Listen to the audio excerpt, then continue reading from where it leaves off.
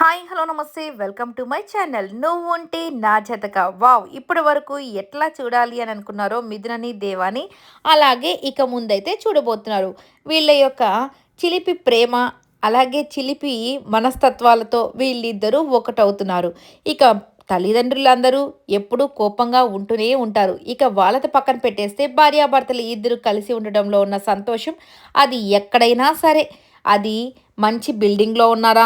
లేదంటే ఒక పెద్ద ప్యాలెస్‌లో ఉన్నారా? ఒక పూరి గుడిసెలో ఉన్నారా? ఇదంతటికి సంబంధమే లేదండి. సో, ఒకరి మనసు ఒకరు ఇష్టపడడం, ఒకరిని ఒకరు ఇష్టపడడం, ఒకరి మనసు ఒకరు తెలుసుకోవడం, ఇలా నడుచుకోవడంలోనే అసలైన ప్రేమైతే ఉంది కాబట్టి, వీళ్ళిద్దరూ కట్టుకున్న ఈ చిన్న పర్ణశాలలో వీళ్ళిద్దరి ప్రేమైతే మొదలైపోయింది.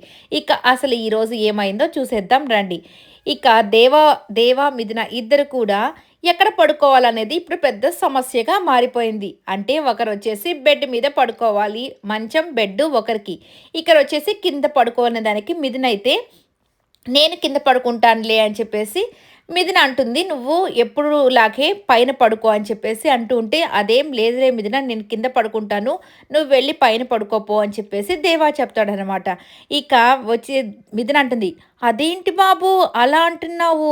మన పెళ్ళైన కొత్తలో నాకు అలవాటు లేదు కింద పడుకోవడం. నేను మంచం మీద పడుకుంటాను. ప్లీజ్ నాకు కొంచెము నేను బెడ్ మీద పడుకుంటానని" చెప్తే నువ్వేమన్నావు?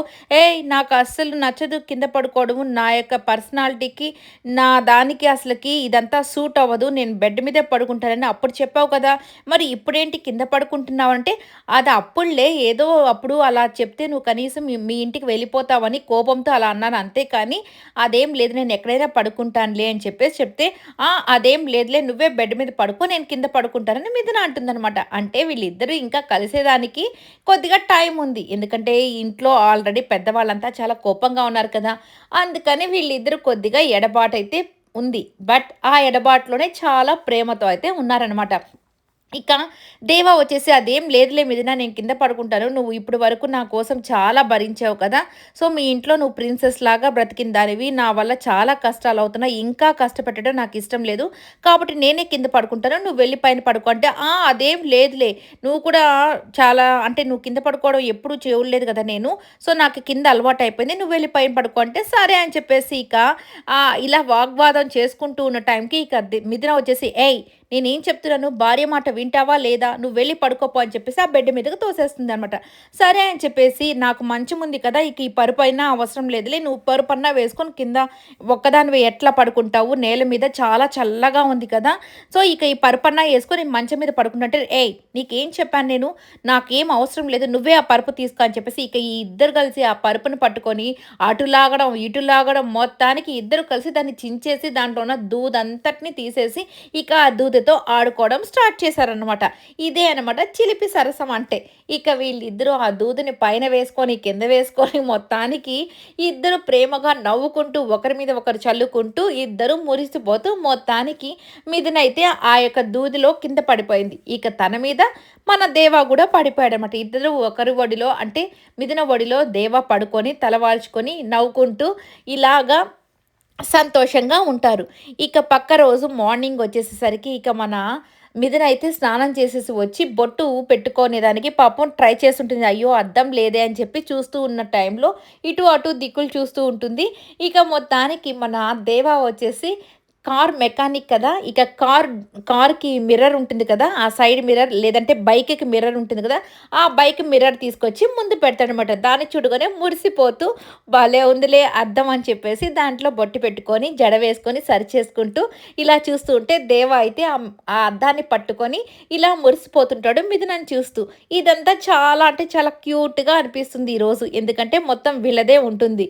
ఇక అలా చూసుకుంటూ నాకు పూలు పెట్టు అని చెప్పేసి దేవాని పూలు పెట్టమని చెప్పి అడుగుతుంది. చక్కగా పూలు పెట్టేస్తాడు. చాలా అందంగా ఉన్నావు అని చెప్పేసి దేవ అయితే అనుకుంటూ మనసులో అనుకుంటూ, నవ్వుకుంటూ తనని చూసి మురిసిపోతూ ఉంటాడు. ఇక సరే ఉండు అని చెప్పేసి ఇద్దరు కలిసి హ్యాపీగా కింద కూర్చొని టీ తీసుకొనొస్తుంది. ఫ్లాస్క్‌లో చిన్న గ్లాసెస్‌లో టీ పోసుకొని ఇద్దరు చేస్ అని చెప్పేసి ఇద్దరు తాగుతుంటే సూపర్‌గా ఉంది అని చెప్పేసి అంటాడనమాట. ఇక మిథున వచ్చేసి, "ఏయ్! సూపర్‌గా ఉండేది నా టీయా? నేనా?" అని చెప్పి అడుగుతుందనమాట. ఇక తను నవ్వుతుంటే, "ఏయ్! ఏంటి నువ్వు అలా కామ్‌గా నవ్వుతున్నావు? నాకు ఏదో ఒకటి సమాధానం చెప్పు. సూపర్‌గా ఉండేది నేనా? లేకపోతే నా టీయా?" అంటే ఇక దేవ వచ్చేసి నవ్వుతూ, టీ మాత్రమే నువ్వు కాదు అని చెప్పగానే, "ఏయ్! ఏంటి నువ్వు అలా అంటున్నావు? అంటే నేను అందంగా లేనా? నేను పెట్టిన టీ మాత్రమే బాగున్నాయా? ఏంటి దేవా" అని చెప్పేసి అంటూ ఉన్న టైంకి ఇక దేవ వచ్చేసి, "లేదు నువ్వు ఇంకా అందంగా ఉన్నావు. ఈ టీ పెట్టిన అమ్మాయి చేతులు ఇంకా సూపరు" అని చెప్పేసి తనని పొగుడుతాడు. తనైతే మురిసిపోతూ నవ్వుకుంటూ ఒక మాట అంటుంది. "దేవా నీతో పాటు ఇలాగ నేను ఎంత సంతోషంగా ఉన్నానో నేను చెప్పలేకపోతున్నాను. సో నీతో ఉండి నేను పచ్చటి మెతుకులు తిన్నా కానీ పర్వాలేదు. సో నువ్వు నేను ఎప్పుడు ఇలాగే సంతోషంగా ఉండాలి. అదే నా కోరిక. నేను పెద్ద బంగ్లాలో ఉండకపోయినా నాకేం పర్వాలేదు. చిన్న పూరి గుడిసెలో నీతో పాటు అదే పచ్చడి మెతుకులు తింటూ నీతో సంతోషంగా జీవితకాలం ఉండాలనేదే నా కోరిక. ఎప్పుడు ఇలాగే ఉంటాం కదా! మన మధ్య ఎటువంటి మనస్పర్ధలు రావు కదా!" అని చెప్పేసి అంటూ ఉన్న టైంకి ఇక పురుషోత్తం గారైతే వాళ్ళ గ్యాంగ్ అంతటిని వేసుకొని వాళ్ళ ఇంటి ముందుకైతే వచ్చేస్తాడు. దేవా! దేవా! అని పిలుస్తాడనమాట. ఇక దాంతో ఏంటి పురుషోత్తం అన్న గొంతులాగుందే అని చెప్పేసి టీ తాగుతున్న వ్యక్తి అక్కడ పెట్టేసేసి పరిగెత్తుకుంటూ వెళ్ళి, "ఏంటన్నా? ఏంటన్నా నువ్విక్కడికొచ్చావు?" అని చెప్పేసి అడుగుతుంటాడు. ఇక మిథున అయితే, "ఏంటి మధ్యలోనే నన్ను వదిలేసి వెళ్ళిపోయాడు. ఇప్పుడు పురుషోత్తం గారు వస్తే నిజంగానే దేవ నన్ను మా ఇద్దరి మధ్య ఏదో ఒకటి జరుగుతుంది" అన్నట్టుగా సరే తను కూడా బయటకు వెళ్తుంది. ఇక "నమస్కారం అమ్మ" అని చెప్పి చెప్తాడు. "నమస్కారం సార్" అని చెప్పి వీళ్ళు, "ఏంటన్నా నువ్విక్కడికొచ్చావు? నాతో నువ్వు రావాల్సిన అవసరం ఏముంది? ఒక ఫోన్ కాల్ చేసుంటే నేనే వచ్చుండేవాడిని కదా!" అని చెప్పేసి దేవ అంటాడు. "అదేం లేదులే దేవా! అయినా నువ్వు అనుకోకుండా ఏంట్రా అసలకి నువ్వు ఇట్లాంటి చిన్న పూరి గుడిసెలో ఉండడం ఏంటి? అసలు రండి మీరిద్దరు రండి మన ఇంటికెళ్ళిపోదాము. నేను నీకొక పెద్ద మేడ కట్టిస్తాను. అయినా నీకేం అంత అవసరం ఉంది ఈ గుడిసెలో ఉండడానికి" అని చెప్పేసి చెప్తాడనమాట. అప్పుడు మిథున వచ్చేసి, లేదు సార్ అదేమి కాదు. మేము ఇక్కడే ఉంటాము" అని చెప్పి చెప్తాదనమాట. "మేము రాము అక్కడికి" అని చెప్పి చెప్తది. ఇక "అదేంటమ్మా అలా అంటున్నావు? మీరు ఇంత పూరి గుడిసెలో ఉండాల్సిన అవసరం ఏముంది? ఇంత కష్టాలు పడాల్సిన అవసరం ఏముంది? దేవాకి అన్నగా నేనున్నాను కదా! నేను తనకి అండగా ఉంటాను, అన్నగా కూడా ఉంటాను. కాబట్టి మీరిద్దరు బయలుదేరి రండి" అని చెప్తే, "లేదు సార్ నిజంగానే చెప్తున్నాను కదా! మాకు ఈ పూరి గుడిసెలోనే సంతోషము. అది కూడా మా అత్తయ్య, మా మావయ్యకి దగ్గరగా మేముండి, సో వాళ్ళ మనసు మార్చాలి కాబట్టి మేము ఇక్కడే ఉండాలి. మేము ఇప్పుడు ఇక్కడి నుంచి వచ్చేస్తే వాళ్ళు మళ్ళీ మమ్మల్ని తప్పుగా అనుకుంటారు. ఇప్పటికే మా మధ్య చాలా దూరం పెరిగిపోయింది కదా! ఈ దూరాన్ని తగ్గించాలంటే మేము ఇక్కడే ఉండాలి సార్" అని చెప్పేసి చెప్తాననమాట. ఇక ఇక మన పురుషోత్తం గారు కూడా, "ఓహో! ఈ అమ్మాయే మాట్లాడుతుంది" అన్నట్టుగా కొద్దిగా కోపంగా ఉందనమాట. దేవా నా నుంచి దూరం చేసేస్తదేమో అనే బాధైతే ఉందనమాట. సరే అని చెప్పేసి, "సరే మీ ఇద్దరి పెళ్ళికి నన్నెట్లో పిలవలేకపోయారు. ఏదో హడావిడిగా జరిగిపోయింది కదా! కనీసం ఈ నగలన్నా తీసుకోండి" అని చెప్పేసి ఒక పెద్ద నగల బాక్స్ ఒక 5, 6 నగలు బాక్సులు తీసుకొచ్చి ఓపెన్ చేసి ఇస్తుంటాడనమాట. అప్పుడు దానికి కూడా, "సార్ ప్లీజ్ సార్ మాకు ఈ నగలేం అంత అవసరం లేదు. ఇప్పుడు మాకు వీటితో ఏ పని లేదు. మేమిద్దరం చాలా సంతోషంగానే ఉన్నాము. సో నగలు కూడా వద్దు" అని చెప్పి చెప్తానమాట. ఇక పురుషోత్తం వచ్చేసి, "ఏంట్రా మా ఇంటికి రమ్మంటే రానంటున్నావు. నా మొహం మీదే చెప్పేసావు. ఇక మళ్ళీ నగలిస్తుంటే నగలు కూడా వద్దంటున్నారు. అసలు ఏంట్రా మీరిద్దరు నన్ను పరాయివాడిగా చూస్తున్నట్టు నాకు అనిపిస్తుంది" అని చెప్పగానే ఇక దేవా వచ్చేసి, "అదేం లేదులే అన్న వీటితో మాకు ఇప్పుడు ఏం పని లేదు కదా! సో ప్రస్తుతానికి మేము చాలా సంతోషంగానే ఉన్నాము. ఇప్పుడు ఎక్కడికి రాలేంలే అన్న. మా నాన్న ఆల్రెడీ నా మీద చాలా కోపంగా ఉన్నాడు. ఆయన మనసును మార్చాలంటే నేను ఇక్కడే ఉండాలి కాబట్టి ఎక్కడికి రాలేము. ప్లస్ ఈ నగలు కూడా తీసుకోలేమన్నా" అని చెప్పేసి చెప్తారనమాట. ఇక దాంతో పురుషోత్తంకి, ఓహో!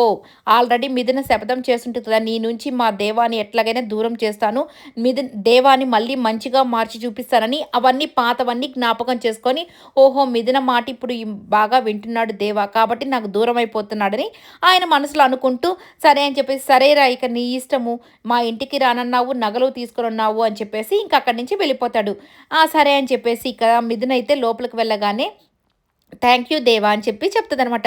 ఎందుకు థాంక్స్ అంటే, "నువ్వు లేదు పురుషోత్తం గారొచ్చి అడగగానే వాళ్ళ ఇంటికి వెళ్ళిపోతావేమో, నన్ను కూడా రమ్మంటావేమో అని చెప్పేసి నేను అనుకున్నాను. కానీ నువ్వు నా మాటకి గౌరవం ఇచ్చి నేను రాను అనగానే నువ్వు కూడా రానని చెప్పావు కదా! నాకు చాలా సంతోషంగా ఉంది" అని చెప్పగానే, "ఏంటి మిథున అలా అంటున్నావు? నేను నీకు ప్రమాణం చేశాను కదా! ఇక నీ మాటే నా మాట. నువ్వు మనసులో ఏమనుకుంటావో అదే నా పెదాల్లో నుంచి వస్తుంది. ఇంకెప్పుడు నేను నిన్ను విడిచిపెట్టి ఎక్కడికి వెళ్ళను. సో నిన్ను రమ్మని కూడా నేను ఎప్పుడూ బలవంతం చేయను. నువ్వు ఏది చెప్తే అదే వింటానని నీకు ప్రమాణం చేసినట్టే మన ఇద్దరి మాట అన్నీ కూడా ఒకేలాగా ఉంటాయి అని చెప్పేసి తనని ఇలాగా కౌగిలించుకోబోయే టైంకి, ఏ హీరో ఏంటి ఏంటి పైకొస్తున్నావు, ఏంటి అడ్వాంటేజ్ తీసుకుంటున్నావా భర్త అని చెప్పేసి నన్ను హక్ చేసుకునే దానికి వస్తున్నావు అంటే, అదేంటి అలా అంటున్నావు అని అంటే, ఆ భర్తగా నేను హక్ చేసుకోకూడదా అంటే, ఆ భర్తగా హక్ చేసుకోవచ్చు కానీ ఆ భానుని పెళ్లి చేసుకుందామని మొన్న నిర్ణయం తీసుకొని తనని ఎంగేజ్మెంట్ కూడా చేసుకున్నావు కదా! అలాంటి వాడివి ఇప్పుడొచ్చి నన్ను హగ్ చేసుకుంటున్నావా? అస్సలు చంపేస్తాను. నీ కాళ్ళు చేతులు ఇంచేస్తాను. అసలు ఇప్పుడు నువ్వు అయన్నీ చేసుకున్న దానికి నేను రివెంజ్ తీసుకునేదాకా నువ్వు నన్ను పట్టుకోకూడదని చెప్పేసి చెప్తాడు. అదేంటే నువ్వు పుండు మీద కారం చల్లినట్టు ఆ పాతయన్నీ గెలికి గెలికి మళ్ళీ నన్ను ఇబ్బంది పెడుతూనే ఉంటావు ప్రతిదానికి అని చెప్పి చెప్తుంటాడు. అవును బాబు, నువ్వు చేసిన పనులన్నీ అలాంటివి. నన్ను ఇంట్లో నుంచి గెంటేసి ఎంత బాధ పెట్టావు.